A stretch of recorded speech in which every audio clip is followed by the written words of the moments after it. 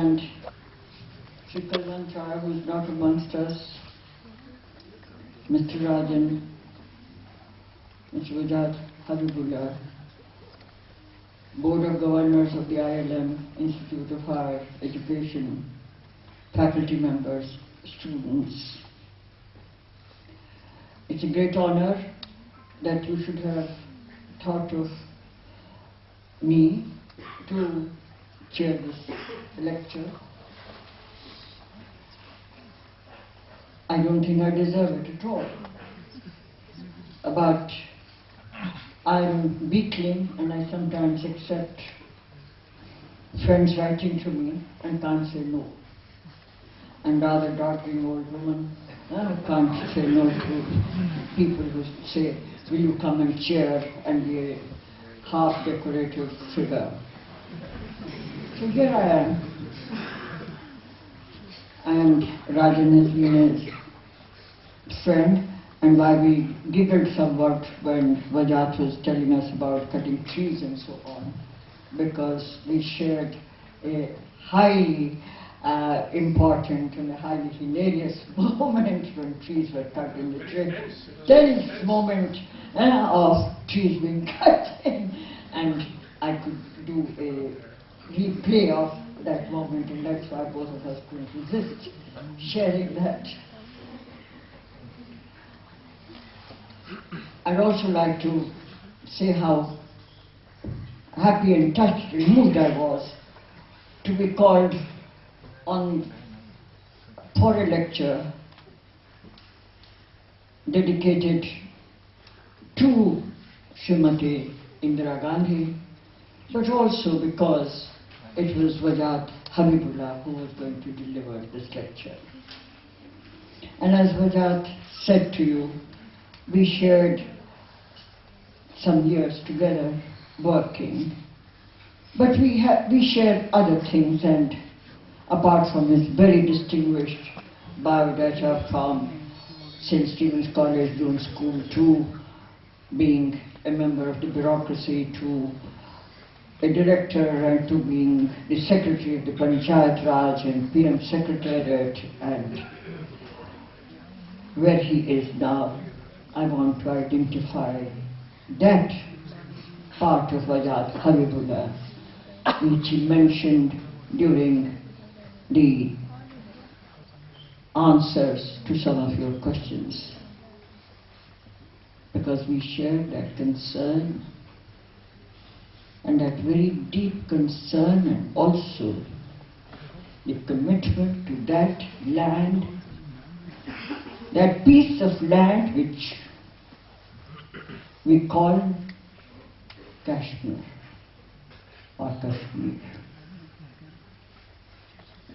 Because it is that natural and cultural heritage which defines the nature of both the environment, the glaciers and the snows, the rivers and the Vitsatsas which flow out of that, and the communities from Ladakh to the Kashmiri Muslims or the Pandits or the Dogras or the Punjabis. And Vajat belongs to that land, and I happen to be also. And what we share is that natural environment which brought us up to love, to see the Pir Panchal or to see the Naga Parvat, to see the Hazrat Bal where he was attacked and had his accident, to know how people have lived together, and to know how people have been divided both from nature and from each other. Never in our childhood had we dreamed of this. And never had I forgotten those days of seeing Mrs. Indira Gandhi's father and the great frontier Gandhi move on horses in Gulmarg. Those are the childhood memories.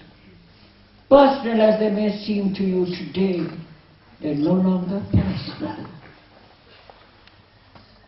Because they represent what Vajat spoke about first and foremost. Mrs. Gandhi's commitment to the environment, because she was brought up in the lap of nature, whether it was in those sojourns in Kashmir or Himachal or wherever else she escaped to in the moment of great power. And what is it that this country teaches, whether the high and powerful or those who have lived in this country, as we are told 70% of India's population living below poverty line? And what does the philosophy of this country teach us? From the Vedas to the Upanishads to the Gita to the Puranas to the Islamic heritage to the Sufi heritage to the poetry of Rumi to the and on and on and on. That it is not Mr. Tennyson's nature read in tooth and claw, but it is man in nature, and the inanimate and the animate, the stones that speak to us, and the stories of the Panchatantra, of the Hitopadesh, are stories which tell us that wisdom is not the priority of this, the human species. And if Mrs. Gandhi internalized this and gave it a contemporary relevance and a concern, whether it was in that remarkable speech that she made in Stockholm, or in the action that Vajat has so lucidly placed before us in terms, it is only natural. It is unnatural for this country to think that environment is outside us. We are the creatures. We are one small particle of a major ecological universal system, a global system in which man has played a very important